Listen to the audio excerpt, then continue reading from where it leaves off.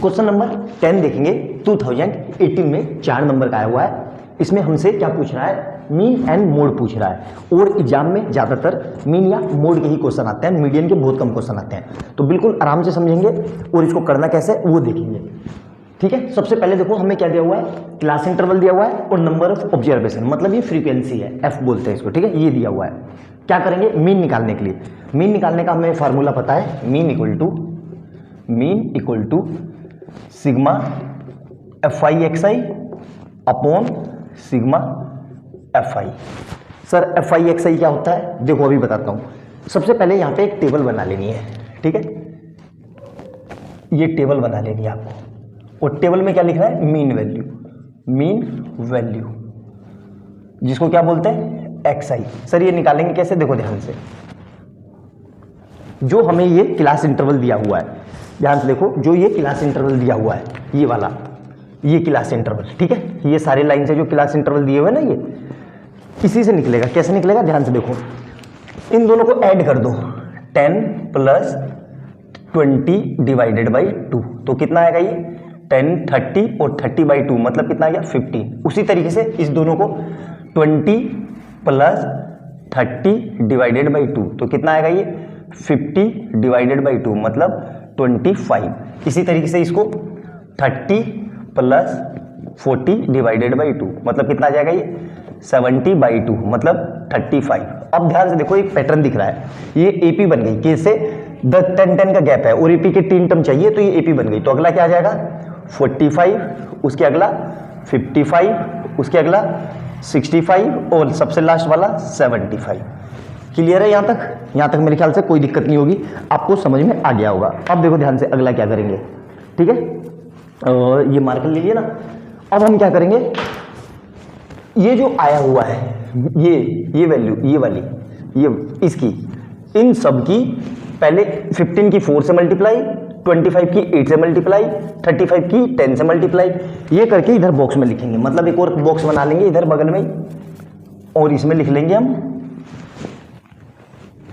F I X आई।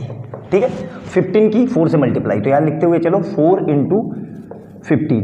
ठीक है, इसी तरीके से 8 की मल्टीप्लाई 25 से, ठीक है, 35 की मल्टीप्लाई 10 से, फिर 12 की मल्टीप्लाई 45 से, और फिर 10 की मल्टीप्लाई 55 से, फिर 4 की मल्टीप्लाई 65 से, फिर 2 की मल्टीप्लाई 75 से।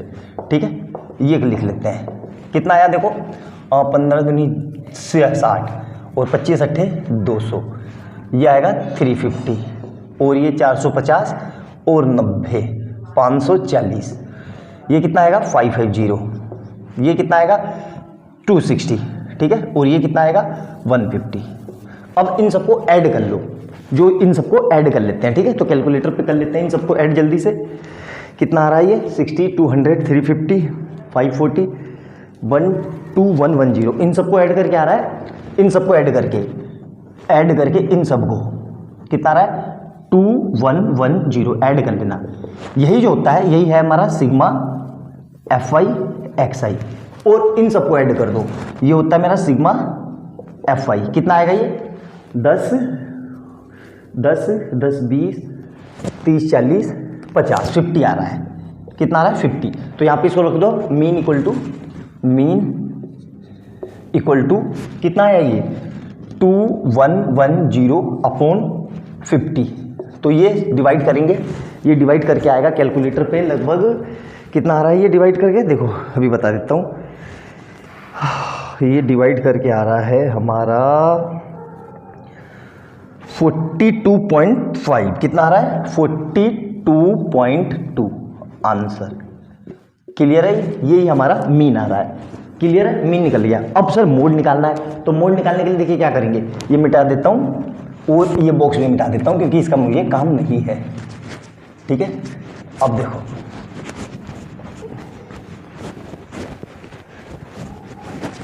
अब मोड का फार्मूला देखो क्या होता है। मोड का फार्मूला क्या होता है, mode equal to L plus bracket लगाना है F minus F1 upon 2F minus F1 minus F2 और इसके साथ ही है H। ठीक है, ये मोड का फार्मूला याद रखना है। निकालेंगे कैसे? सबसे पहले देखो कि सबसे बड़ी फ्रीक्वेंसी मुझे कहाँ दिख रही है। मुझे सबसे बड़ी फ्रीक्वेंसी कौन सी दिख रही है? ये, इस पे गोला बना लो और इसके सामने का इस बॉक्स पे गोला बना लो। ठीक है, तो जो हम मेरी सबसे बड़ी फ्रीक्वेंसी होगी वही मेरा F होगा। तो यहाँ पे F लिख दो, F इक्वल टू 12।